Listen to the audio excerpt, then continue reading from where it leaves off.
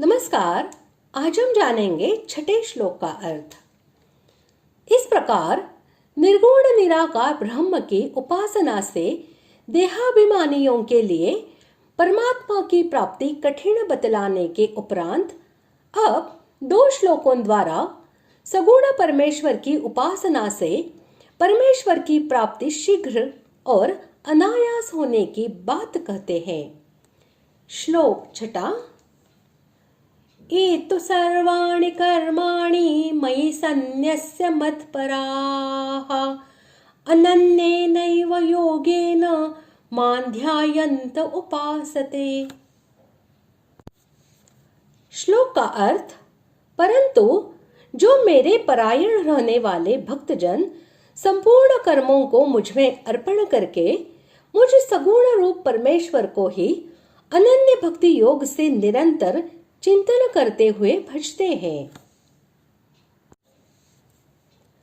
तो पद यहाँ निर्गुण उपासकों की अपेक्षा सगुण उपासकों की विलक्षणता दिखलाने के लिए है।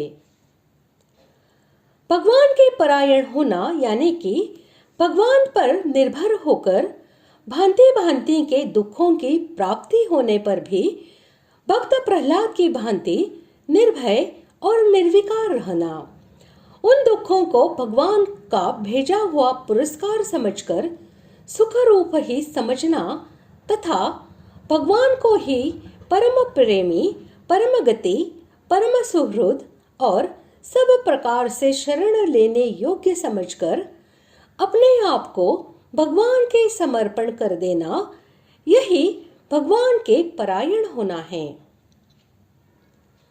संपूर्ण कर्मों को भगवान के समर्पण करना यानी कि कर्मों के करने में अपने को पराधीन समझकर भगवान की आज्ञा और संकेत के अनुसार कठपुतली की भांति समस्त कर्म करते रहना, उन कर्मों में न तो ममता और आसक्ति रखना और न उनके फल से किसी प्रकार का संबंध रखना। शास्त्रानुकूल प्रत्येक क्रिया में ऐसा ही भाव रखना कि मैं तो केवल निमित्त मात्र हूँ, मेरी कुछ भी करने की शक्ति नहीं है, भगवान ही अपने इच्छानुसार मुझसे समस्त कर्म करवा रहे हैं। यही समस्त कर्मों का भगवान के समर्पण करना है।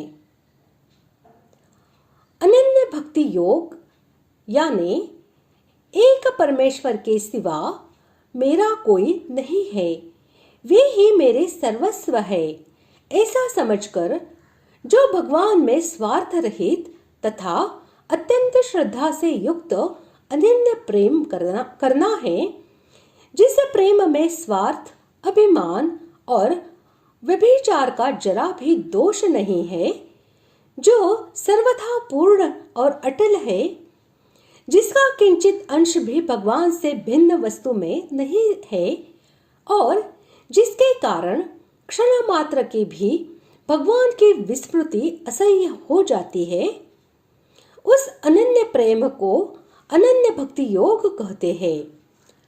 और ऐसे भक्ति योग द्वारा निरंतर भगवान का चिंतन करते हुए जो उनके गुण, प्रभाव और लीलाओं का श्रवण, कीर्तन, उनके नामों का उच्चारण और जप आदि करना है, यही अनन्य भक्ति योग के द्वारा भगवान का चिंतन करते हुए उनकी उपासना करना है। इस प्रकार आज हमने छठे श्लोक का अर्थ जान लिया है। अगले भाग में जानते हैं 7वें श्लोक का अर्थ। धन्यवाद।